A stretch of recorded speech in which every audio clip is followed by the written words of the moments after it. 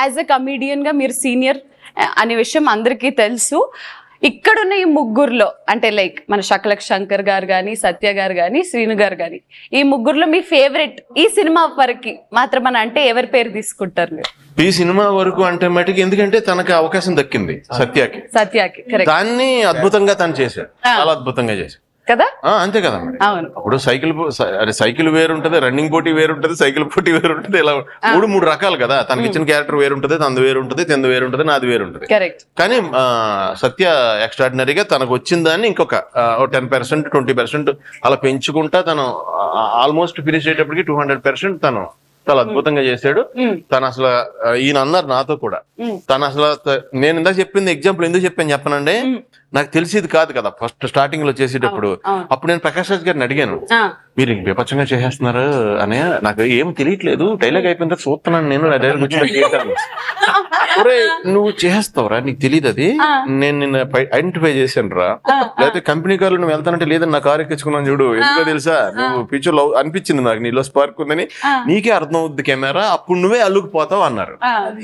So అప్పటికి నేను చేశాను, తనను అబ్జర్వ్ చేస్తుంటే మానిటర్ లో ఈయన అన్నారు నాతో, చూడు చూడు చూడు అని. తన డైలాగ్ అయిపోయినా సరే ఆ లుక్స్ ఇలా చూడటం అంటే అంటాం, మళ్ళీ అది ఇవే కాదు ఈ క్యారెక్టర్ లో ఉండే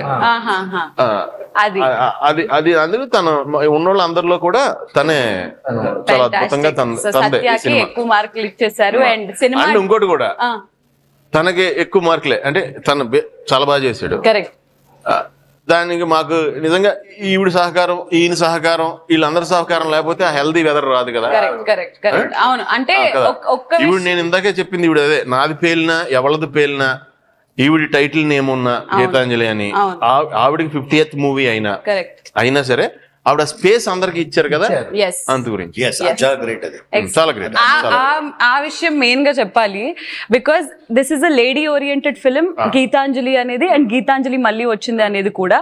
but one thing that is most appreciated is ఇప్పుడున్న ఈ కాంపిటేటివ్ ఫీల్డ్ లో, అంటే ఇప్పుడున్న అంటే నా పోర్షన్ ఎంత ఉంది ఏంటి, నాకెన్ని ఉన్నాయి, ఎంత సాంగ్స్ ఉన్నాయా, కమర్షియల్ స్పేస్ నాకెంత ఉంది అనేది, అది కాకుండా ఈ సినిమాని మీరు ఎంత ఓన్ చేసుకున్నారా అంటే మేమందరం పాత్రలు we are all heroes of the film అని అన్నట్టు. అంటే నాకు ఇది ఇందులో అంజలి హీరోయిన్ లేదా సత్య హీరో అలా అని కాదు, వీళ్ళందరూ ఒక characters, they are trying to convey movie some main కూడా ఇది. అండ్ అలీ గారు కూడా ఉన్నారు ఈ సినిమాలో. బేసిక్ గా ఏంటి అంటే నేను సినిమా చూసే విధం ఏంటంటే, నేను ఇది ఆఫ్ స్క్రీన్ కూడా చాలా మంది చెప్తాను, మనం బిహైండ్ ద కెమెరా జుట్టు పట్టుకుని కింద కొట్టేసుకున్నా నాకు ప్రాబ్లం లేదు, స్క్రీన్ మీద ఏది కావాలో అది పర్ఫెక్ట్ గా వచ్చేయాలి.